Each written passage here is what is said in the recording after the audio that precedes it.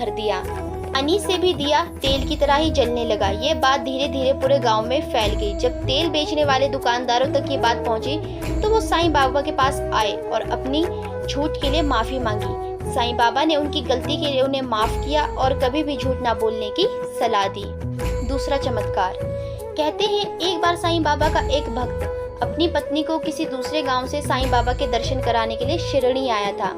वापस जाते समय बहुत तेज बारिश होने लगी और वो लोग परेशान हो गए। जब साईं बाबा ने उनको परेशान देखा तो कहा, मालिक बारिश रोक दो, मेरे बच्चों को घर जाना है। साईं बाबा की ये कहते ही बारिश बंद हो गई। तीसरा चमत्कार। एक बार एक बच्ची खेलते खेलते पास बने कुएं में गिर गई। लोगों को लगा कि वो कुएं में डूब गई होगी तो उसे बचाने के लिए दौड़े, लेकिन जब लोग कुएं के पास पहुंचे तो उन्होंने देखा कि लड़की डूबी नहीं है बल्कि बीच में हवा में लटकी है। किसी अदृश्य शक्ति ने बच्ची का हाथ थामा हुआ है। वो लड़की साईं बाबा की भक्त थी और उसे बचाने वाले भी साईं बाबा ही थे। जब उस लड़की को कुएं से बाहर निकाला गया तो उसने अपने मुंह से एक ही बात कही कि मुझे साईं बाबा ने ही बचाया है। चौथा चमत्कार।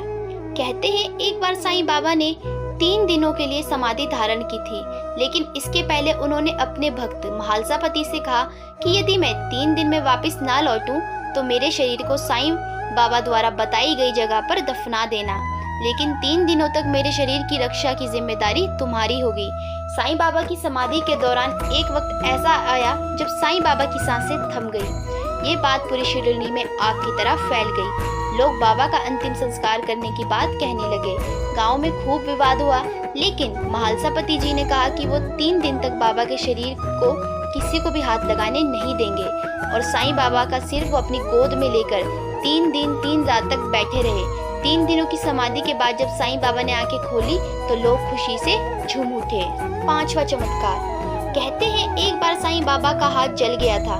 तब गांव के ही भागोजी शिंदे साईं बाबा के हाथ में रोज घी लगाते थे और पट्टी करते थे। चूंकि भागोजी शिंदे एक कुष्ठ रोगी थे, लिहाजा साईं बाबा के भक्त चांदोरकर जी मुंबई से अपने साथ एक डॉक्टर लेके शिरडी पहुंचे ताकि साईं बाबा का इलाज अच्छी तरह से हो सके। लेकिन साईं बाबा ने डॉक्टर के इलाज कराने से मना कर दिया और भागोजी शिंदे के हाथों की घी और पट्टी करा उनका हाथ पूरी तरह ठीक हो गया। शिरडी में साईं बाबा ने कई चमत्कारिक घटनाएं दिखाई हैं जो एक साधारण इंसान के लिए करना नामुमकिन है। साईं बाबा ने कभी खुद को भगवान नहीं कहा, वो हमेशा अपने आप को मालिक का बंदा कहते थे। नाना साहेब चांदोरकर की पुत्री का सकुशल प्रसव। नाना साहेब चांदोरकर जब जामनेर में तहसीलदार का पद सुशोभित कर रहे थे तो एक बार श्री बाबा की उदी का उन्हें भी विलक्षण अनुभव हुआ था।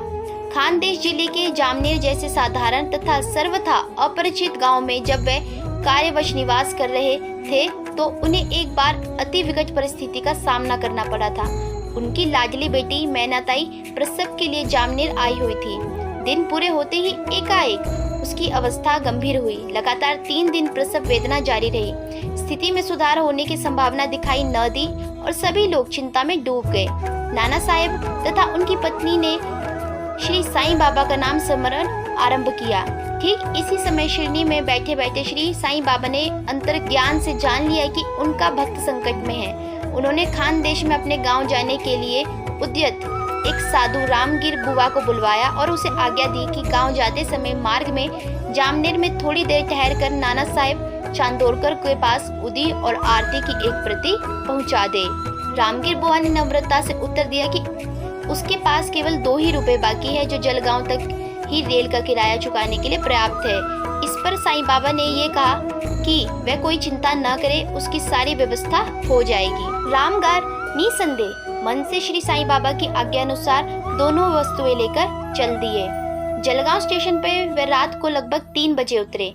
उस समय उनके पास केवल 2 आने ही बचे थे। चिंता में व्याप्त हो रामगिर बुआ ये सोच ही रहे थे कि आगे क्या करना चाहिए कि तभी एक अपरिचित व्यक्ति ने आकर प्रश्न किया, शिरडी का रामगिर बुआ कौन है? रामगिर बुआ को जब ज्ञात हुआ कि नाना साहेब ने ही उस व्यक्ति को तांगा साथ लेकर भेजा है तो वे उसके साथ तांगे में बैठ जामनेर की ओर चल दिए और प्रातःकाल जामनेर पहुंचे। गांव की सीमा के निकट पहुंचने पर रामगिर बुआ लघु शंका से निवृत्त होने के लिए थोड़ी देर के लिए तांगे से उतरे। वापस आकर देखा तो वह मनुष्य और तांगा दोनों ही अदृश्य हो चुके थे। इस घटना से रामगिर बुआ के आश्चर्य का ठिकाना न रहा। अकेले ही समीप एक कचहरी में प्रवेश कर उन्होंने नाना साहेब के संबंध में पूछताछ की और पूछते पूछते उनके घर तक पहुंच गए। रामगिर बुआ ने नाना साहब को बतलाया कि श्री साईं बाबा की आज्ञा से वे शिरनी से जामनेर आए हैं। श्री बाबा की दी हुई उदी तथा आरती का कागज उन्होंने नाना साहेब को सौंप दिया। नाना साहेब ने पत्नी को बुलाकर श्री बाबा की भेजी हुई उदी उसके सुपुर्द कर दी। लड़की के कमरे में प्रवेश कर नाना साहेब की पत्नी ने घोलकर उसे वो उदी पिला दी और वह स्वयं श्री साईं बाबा की भेजी हुई आरती गाने लगी। श्री बाबा की उदी ने अद्भुत चमत्कार कर दिखाया। कुछ ही देर बाद मैनाताई कुशलता पूर्वक प्रसव पीड़ा से मुक्त हो गई और एक संत बालक के रोने की आवाज वहां उपस्थित लोगों के कानों में गूंज उठी। सभी ने अत्यंत प्रेम और श्रद्धा से साईं के चरणों में अपने सर नतमस्तक कर दिए। रामगिर बुआ ने धन्यवाद देते हुए नाना साहब से कहा कि उन्होंने ठीक समय पर अपना आदमी और तांगा दिया था, इसलिए वे ठीक समय पर उपस्थित हो सके। परंतु रामगिर बुआ के ये शब्द सुनकर तो नाना साहब अचंभे में पड़ गए, क्योंकि ये बातें उनके ध्यान में ही नहीं आई थी। अपनी पुत्री के लिए वे इतने अधिक चिंताग्रस्त थे कि ये सब कुछ करना उनके लिए बिल्कुल असंभव था। और वैसे भी नाना साहब ने किसी भी व्यक्ति को तांगे के साथ स्टेशन पर नहीं भेजा था, क्योंकि रामगिर बुआ के जामनेर आने की कोई पूर्व सूचना तो उन्हें थी ही नहीं। तदंतर सभी उपस्थित लोगों ने उस गढ़वाली क्षत्रिय मनुष्य तथा उसके तांगे की पर्याप्त खोज की, परंतु उसका कहीं भी पता लगा ना सके। वास्तव में प्रत्यक्ष श्री साईं महाराज ही अपने भक्त के संकट को तारने के लिए वहां प्रकट हुए थे। श्री बाबा की लीलाएं ऐसी ही विस्मयकारी होती थी। इस घटना से नाना साहेब का श्री बाबा में विश्वास और भी दृढ़ हो गया था। 7वां चमत्कार। डॉक्टर को समझ आई साईं उदी की महिमा। मालेगांव के एक प्रसिद्ध डॉक्टर का एक तरुण भतीजा हड्डी के क्षय रोग से ग्रस्त हुआ। स्वयं डॉक्टर साहब ने निजी प्रयत्नों से उसे स्वस्थ करने में कोई कसर न छोड़ी। अन्य प्रसिद्ध सर्जनों से विचार विमर्श किया गया। अंतिम उपाय के रूप में उस लड़के पर शल्य क्रिया भी की गई, परंतु रुपए में आना भर भी लाभ न हुआ। अंततः कुछ समझदार लोगों ने लड़के के माता पिता को किसी देवी उपाय का आश्रय लेने का परामर्श दिया और इस अभिप्राय से ही श्री साईं महाराज का उल्लेख किया। लड़के के माता पिता ने तुरंत ही शिरनी के लिए प्रस्थान किया और श्री साईं बाबा के चरणों में लड़के को डालकर उसे जीवन दान देने के लिए उनसे अनन्य भाव से प्रार्थना की। मुस्कुराते हुए लड़के की ओर देखकर श्री साईं बाबा बोले, इस द्वारिका माई का जिसने सहारा लिया उसे कभी भी कोई दुख सहन नहीं करना पड़ेगा। आप किंचित चिंता न करें, ईश्वर में पूर्ण भरोसा रखें और मेरी धुनी की उदी का रोगग्रस्त स्थान पर सतत लेप करते रहें। 1 सप्ताह में लड़का रोग मुक्त हो जाएगा। बालक के संबंधियों ने श्री साईं बाबा का बताया हुआ उपचार करने का दृढ़ निश्चय किया। श्री साईं बाबा ने लड़के को अपने पास बैठाया, उसके शरीर के रोगग्रस्त भाग पर प्रेम से धीरे धीरे हाथ फेरकर और एक क्षण के लिए एकाग्रचित हो उसकी ओर देखते हुए श्री बाबा ने पुनः बोले, ये मस्जिद नहीं वरन प्रत्यक्ष भगवान श्री कृष्ण की द्वारावती है। यहाँ आने से सब दुख तथा पापों का नाश होना ही चाहिए। श्री बाबा के मुख से इतने आत्मविश्वास के साथ निकले हुए बोल असत्य कैसे सिद्ध हो सकते हैं। वह लड़का केवल 8 दिनों में पूर्णतः रोग मुक्त हुआ और श्री बाबा से उदी प्रसाद प्राप्त कर सब लोग हर्ष विभोर हो अपने गांव लौट गए। लड़के को बिल्कुल स्वस्थ देख उसके चाचा को, जो स्वयं डॉक्टर थे, बड़ा आश्चर्य हुआ और उन्होंने इसे एक चमत्कार ही समझा। कुछ दिनों पश्चात डॉक्टर साहब निजी व्यवसाय के कारण बम्बई जाने के लिए निकले। उन्होंने मार्ग में शिरनी में उतरकर श्री साईं बाबा के दर्शन करने का भी मन ही मन निश्चय किया, परंतु मालेगांव से मनमाड़ के मध्य मिले हुए कुछ मित्रों ने श्री बाबा के विषय में कुछ असत्य तथा मनगढ़ंत कहानियां सुनाकर उनके मन को कलुषित कर दिया। अब शिरनी जाने का संकल्प त्याग कर डॉक्टर साहब सीधे बम्बई पहुँचे। वहाँ लगातार 3 रात सपनों में डॉक्टर साहब के कानों में कोई मनुष्य चिल्लाकर, अब भी तुम्हारा मुझ में विश्वास नहीं है, ये शब्द स्पष्टता उच्चार करता रहा। स्वप्न में मिली हुई इस शिक्षा के बल पर डॉक्टर साहब ने शिरनी जाने का पुनः दृढ़ निश्चय किया। उस समय उनके पास उपचार के लिए आए हुए एक रोगी की अवस्था गंभीर थी। उसका ज्वर लगातार बढ़ता ही जा रहा था। मेरे रोगी का ज्वर यदि तुरंत ही दूर हुआ तो एक क्षण के लिए भी विलंब न कर शिरनी पहुंचूंगा। इस प्रकार मन में निश्चय कर नित्य की भांति डॉक्टर साहब रोगी को देखने के उद्देश्य से चल पड़े। आश्चर्य ये हुआ कि उस दिन रोगी को ज्वर नहीं आया। डॉक्टर साहब का पूर्ण समाधान हुआ। श्री बाबा कोई सामान्य व्यक्ति न होकर परम उच्च कोटि पर पहुंची हुई एक असामान्य विभूति है। ये दृढ़ भावना डॉक्टर साहब के मन में उत्पन्न हुई और उन्होंने शिरडी पहुंचते ही नम्रता से श्री साईं बाबा के चरणों में आत्मसमर्पण कर दिया।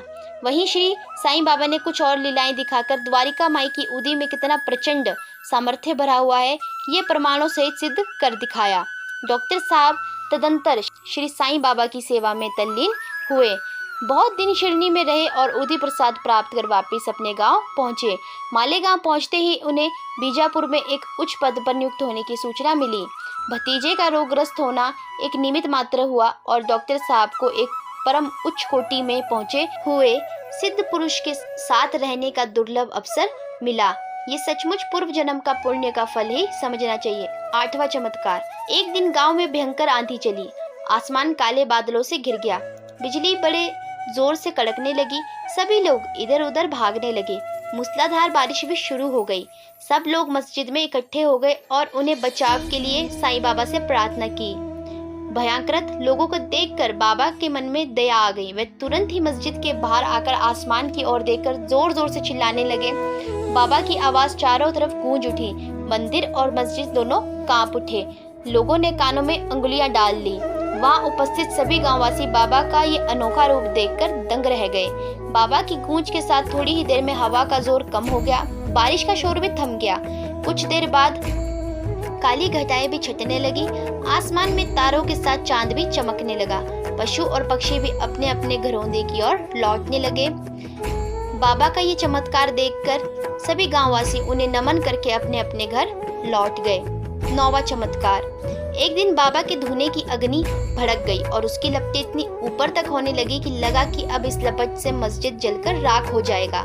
कुछ देर बाद भक्तों की बढ़ती हुई बेचैनी को देखते हुए बाबा ने अपना चिमटा उठाया और धुनी के पास वाले खंबे पर जोरदार प्रहार करते हुए बोले, शांत हो जाओ। इस तरह हर प्रहार के साथ अग्नि की लपटें धीमी होती गई।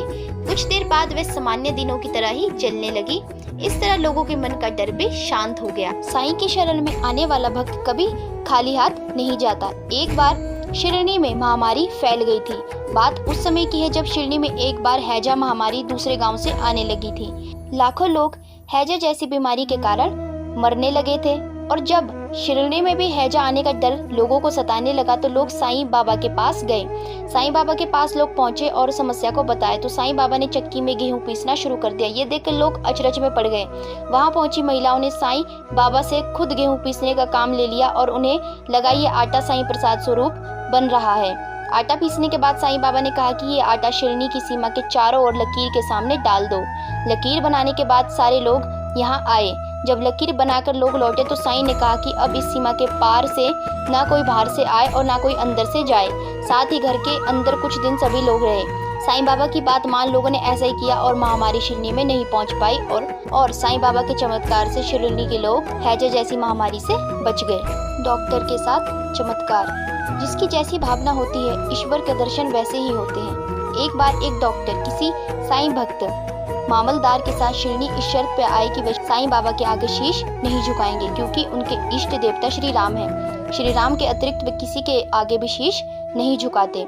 दोनों किसी तरह शिरडी पहुंचे और बाबा के दर्शन के लिए द्वारिका माई मस्जिद गए। मामलदार को अपने डॉक्टर मित्र को आगे आगे जाते देख और बाबा की चरण वंदना करते देख बड़ा आश्चर्य हुआ। सब लोग भी आश्चर्यचकित थे। बाद में जब डॉक्टर से पूछा गया कि आपने अपना निर्णय एकाएक कैसे बदल दिया, तब डॉक्टर ने बताया कि बाबा के स्थान पर उन्हें उनके इष्ट प्रभु श्री राम खड़े दिखाई दिए थे, इसलिए उन्होंने उनको नमस्कार किया था। जब डॉक्टर ऐसा कह रहे थे तब उनके सामने श्री साईं बाबा खड़े मुस्कुरा रहे थे। तत्क्षण ही श्री साईं बाबा को देख डॉक्टर आश्चर्यचकित होकर कहने लगे, कहीं ये स्वप्न तो नहीं? आखिर ये साईं बाबा कैसे हो सकते हैं? अभी तो यहाँ प्रभु श्री राम खड़े थे। अरे ये तो पूर्ण योगावतार है। डॉक्टर ने अगले दिन ही उपवास करना प्रारंभ कर दिया और मन ही मन कहा कि जब तक बाबा स्वयं उनको आशीर्वाद नहीं देंगे तब तक वे मस्जिद नहीं जाएंगे। प्रण किए 3 दिन बीत गए। चौथे दिन डॉक्टर के एक मित्र खान देश से आए और डॉक्टर अपने मित्र के साथ साईं बाबा के दर्शन करने मस्जिद गए। दोनों ने बाबा को नमस्कार किया। तब बाबा ने डॉक्टर से पूछा कि आपको किसने बुलाया था, आप यहाँ कैसे पधारे? के प्रश्नों को सुनकर डॉक्टर का हृदय पिघल गया। उसी रात बाबा ने डॉक्टर पर कृपा दृष्टि की तो डॉक्टर की क्षणावस्था में परम आनंद की अनुभूति हुई। बाद में श्री साईं बाबा के प्रति डॉक्टर की भक्ति प्रागण हो गई। आइए अब हम आपको साईं बाबा और दास गणों की कथा के बारे में बताते हैं। गणेश दत्तात्रेय शस्त्र बुद्धे कैसे बने दास गणु महाराज। उनका मूल नाम गणेश दत्तात्रेय सहस्रबुद्धे था। उनका जन्म 1867 में हुआ था और उनके लंबे कान होने के कारण उनके दादाजी ने उनका नाम गणेश रखा था। आप जानते हैं कि जब दास गणु पहली बार साईं बाबा से मिले तो साईं ने उनसे कहा, अपनी नौकरी छोड़ो। दास गणु पुलिस विभाग में थे और एक अधिकारी बनने के लिए बहुत महत्वाकांक्षी थे, लेकिन साईं के पास उनके लिए अन्य योजनाएं थी। गणु ने बाबा से कहा, बाबा जब मुझे कोई बड़ा पद मिल जाएगा तो मैं अपनी नौकरी छोड़ दूंगा। बाबा ने बस इतना ही कहा, जब तक आप सेवा में होने का परिणाम नहीं भुगतेंगे तब तक आप मेरी बात नहीं समझेंगे। जब भी दास गणु को अपने विभाग में किसी समस्या का सामना करना पड़ता था तो वे साईं बाबा की पूजा करते थे और साईं उनके बचाव में आते थे। आखिरकार एक बार बड़ी दिलचस्प घटना घटी। दास गणु पंढरपुर के विट्ठल के परम भक्त थे और वे काम से छुट्टी लेकर पूरे भारत में मंदिरों की यात्रा करते थे। एक बार ऐसा हुआ कि जब वे छुट्टी पर थे तो जिस क्षेत्र में वे काम करते थे वहां के इंस्पेक्टर का कुछ चोरों ने कीमती सोने हीरे का हार चुरा लिया। जब गणु काम पर लौटे तो अधिकारी ने उन्हें चेतावनी देते हुए कहा, आपको जिम्मेदारी लेनी होगी और इन चोरों को पकड़ना होगा। गणु आधिकारिक तौर पर कहीं जा रहे थे और अचानक उन्होंने नदी की दूसरी ओर कुछ चोरों को देखा। उन्होंने नदी पार करने और इन चोरों को पकड़ने का फैसला किया, लेकिन चोरों ने उन्हें नदी पार करते हुए देख लिया और भागने की कोशिश की। इस बीच गणु ने अपनी हथेली में पानी लिया और साईं बाबा से प्रार्थना की, बाबा कृपया मुझे इन चोरों को पकड़ने का आशीर्वाद दीजिए। मैं वादा करता हूँ कि एक बार ये कार्य पूरा कर लेने और अपने अधिकारी से अच्छा नाम पाने के बाद मैं अपनी नौकरी छोड़ दूंगा। मानो साईं बाबा ने उन्हें आशीर्वाद दिया। गणु को जल्दी से नदी पार करने की ऊर्जा मिल गई और उन्होंने अपराधियों को भी पकड़ लिया। उनके अधिकारी ने भी उनकी सराहना की। बाद में दास गणु को पदोन्नति मिली और उनका कार्यस्थल मनमाड के पास एक शहर में स्थानांतरित कर दिया गया।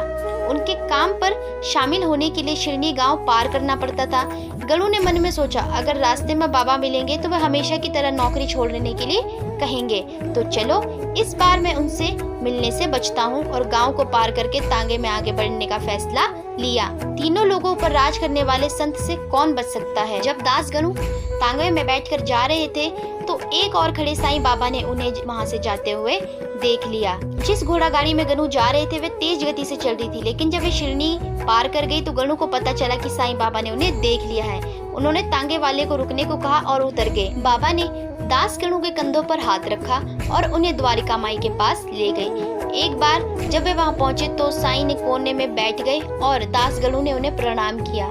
बाबा ने सहजता से पूछा, गणु क्या मैंने तुमसे ये वादा करने को कहा था कि तुम नदी के बीच में खड़ा होकर नौकरी छोड़ दोगे? गणु तुरंत समझ गए कि साईं बाबा का क्या मतलब था। हम सब साईं बाबा के साथ यही करते हैं। जब हमारा समय खराब होता है तो हम साईं बाबा की तत्काल सहायता की आवश्यकता होती है और हम उस समय कुछ भी स्वीकार करने और करने के लिए तैयार रहते हैं। तब दास गणु कहते हैं, बाबा मैं अपनी बुरी आदतें छोड़ दूंगा। पुलिस विभाग में हवलदार बनना मेरे जीवन भर की महत्वाकांक्षा है। आपकी कृपा से मुझे प्रमोशन मिल गया, इसलिए एक बार जब मैं ये कार्य पूरा कर लूंगा तो मैं नौकरी छोड़ दूंगा। बाबा ने उसे उत्तर दिया, तुम्हें पता नहीं चलेगा कि मैं तुम्हें अपने कल्याण के लिए पद छोड़ने के लिए कहता हूँ और उसे जाने देता हूँ। एक बार फिर गणु को अपने काम में दिक्कत का सामना करना पड़ा। अंततः गणु को एहसास हुआ कि श्री साईं बाबा ने वास्तव में उससे अपना करियर जारी नहीं रखने के लिए कहा है, क्योंकि ये उसके लिए उपयुक्त नहीं है। उन्होंने भजन करके साईं की महिमा का प्रचार प्रसार करने का निर्णय लिया। साईं ने उन्हें नादेड़ में रहने का आशीर्वाद दिया। साईं ने उनकी जरूरतों का ख्याल रखा और गणु ने बस भगवान और सर्वकालिक महान संत साईनाथ की सेवा की और इस प्रकार उन्होंने ख्याति प्राप्त की। गणु ने साईं बाबा की महिमा फैलाने के लिए महाराष्ट्र भर के सैकड़ों शहरों और गांवों की यात्रा की। मुंबई के लोगों को दास गणु द्वारा विभिन्न संतों के जीवन के बारे में सुंदर व्याख्यान, उनके रामायण खेलने के तरीके और साईं लीला की उनकी अभिव्यक्ति से साईं के बारे में पता चला। कहते हैं कि बाबा अपने भक्तों के लिए कुछ भी कर सकते हैं। वे अपने भक्तों की पुकार सुनकर दौड़े चले आते हैं। साईं बाबा का भक्त कहीं भी रहता हो, बाबा उसकी मदद करने के लिए तत्काल ही उपलब्ध हो जाते हैं। कहते हैं कि दशहरे के कुछ दिन पहले ही साईं बाबा ने अपने एक भक्त रामचंद्र पाटिल को विजयदशमी पर तात्या की मृत्यु की बात कही। तात्या जीजाबाई के पुत्र थे और बाजाबाई साईं बाबा की परम भक्त थी। साईं बाबा उन्हें अपनी माँ की तरह मानते थे। तात्या साईं बाबा को मामा कहकर संबोधित करते थे, किंतु साईं बाबा उन्हें कहते थे कि वे उनके बड़े भाई हैं। इसी तरह साईं बाबा ने तात्या को जीवन दान देने का निर्णय लिया। कहते हैं कि दशहरे के कुछ दिन पहले ही साईं बाबा ने अपने एक भक्त रामचंद्र पाटिल को विजयदशमी पर तांत्या की मृत्यु की बात कही थी। साईं बाबा ने शिरडी में 15 अक्टूबर दशहरे के दिन 1918 में समाधि ले ली थी। 27 सितंबर 1918 को साईं बाबा के शरीर का तापमान बढ़ने लगा। उन्होंने अन्न जल सब कुछ त्याग दिया। साईं बाबा के समाधिस्थ होने के कुछ दिन पहले ही तांत्या की तबीयत इतनी बिगड़ी कि जिंदा रहना मुमकिन नहीं लग रहा था, लेकिन उसकी जगह साईं बाबा ने 15 अक्टूबर 1918 को अपने नश्वर शरीर का त्याग कर ब्रह्मलीन हो गए। इस प्रकार उन्होंने विजयदशमी के दिन अपनी देह त्यागी थी। तो इस प्रकार साईं बाबा ने अपने भक्त तांत्या को जीवन दान देते हुए खुद की देह त्याग दी। साईं बाबा के चले जाने के बाद भी उनके भक्तों को बाबा के होने की अनुभूति होती रहती है। यदि आप भी बाबा के प्रति भक्ति रखते हैं तो बाबा आपको इस बात की सूचना तुरंत ही दे देंगे कि मैं तुम्हारी ओर देख रहा हूँ। तो दोस्तों, ये थे साईं बाबा के कुछ महत्वपूर्ण चमत्कार जिनसे उनकी ख्याति दूर दूर तक फैली। आशा करती हूँ कि आपको ये वीडियो पसंद आई होगी, और अगर आपको ये वीडियो पसंद आई होगी तो वीडियो को लाइक करके चैनल को सब्सक्राइब करके बेल आइकन को प्रेस कर दीजिएगा। हम मिलते हैं ऐसी ही एक और ज्ञान से भरी अगली वीडियो के साथ। तब तक आप हमारे चैनल के साथ बने रहिए, और जाने से पहले एक बार मेरे साथ बोलिए, अनंत कोटि ब्रह्मांड नायक राजाधिराज योगीराज श्री श्री सच्चिदानंद सद्गुरु साईनाथ भगवान की जय। धन्यवाद।